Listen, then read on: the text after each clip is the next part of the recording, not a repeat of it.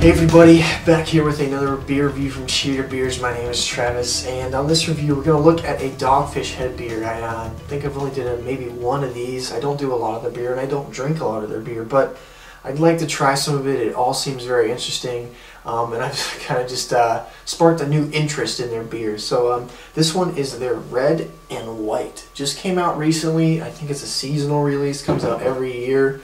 And this one is a interesting beer. It is a ale brewed with coriander and orange peel. It's a Pinot Noir juice is added into it. 11% of it is aged in Pinot Noir barrels and 89% aged on oak barrel staves. So a barrel-aged beer, wine beer, I guess you would say. Red and white. I'm assuming that's kind of the red and white wine feel to it. But I'm really excited to try this. Let's see what we got.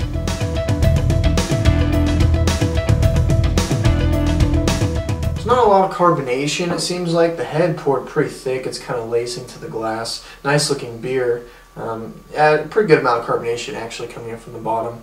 And then the smell, huge. You get Belgian yeast, orange. You get a ton of that orange peel. Yeah, you get everything basically. A punch in the face of that spice, orange peel, zest kind of smell in this. Huge.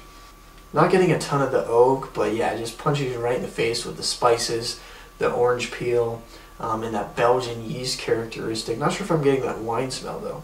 Maybe a hint of it, but not a ton of the wine smell in this. Just an overall big smelling beer.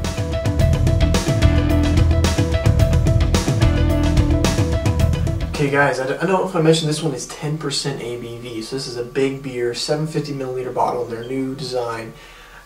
Red and white, and here we go. Cheers. Interesting. It kind of hits the tongue flat and then hits all the taste buds at once.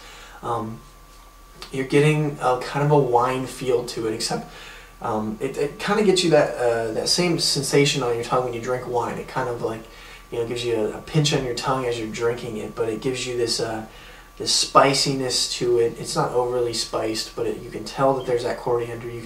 And then the orange is in there as well, as well as the Belgian yeast. Overall, very interesting. Yeah, and then it hits you with some of maybe a sweet malt as well in the background, and then you are getting some of that woody characteristics, probably from the oak staves that they aged it on. And this one I think is it might change a little bit while it warms up. I'm gonna try to drink some of this bottle. I'm gonna finish it all, but I'm gonna drink a little bit more, and I'll come back and see what we get for my final thoughts and my rating on the Dogfish Head Red and White ale aged in Pinot Noir barrels and on oak staves.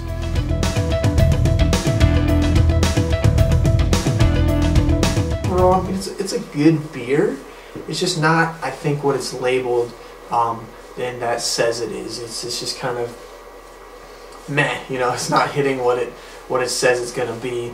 I'm gonna give it an 8 out of 10. It's it's good. If I was at the bar, I would probably, I might split a bottle with somebody if I want to give them something new to try. If they like Belgian beers and they want something split. For me, it's not really my style, so I'm not huge on it. But it just presents itself as a Belgian-style beer with the coriander, the orange peel. It hits all of those. It just doesn't do much past that. So is it worth the $11.99? Probably not. If you want to try it once, maybe pick it up. Can't see someone getting a lot of these and being there one of the beers they drink a lot of. But yeah, like I said, 8 out of 10.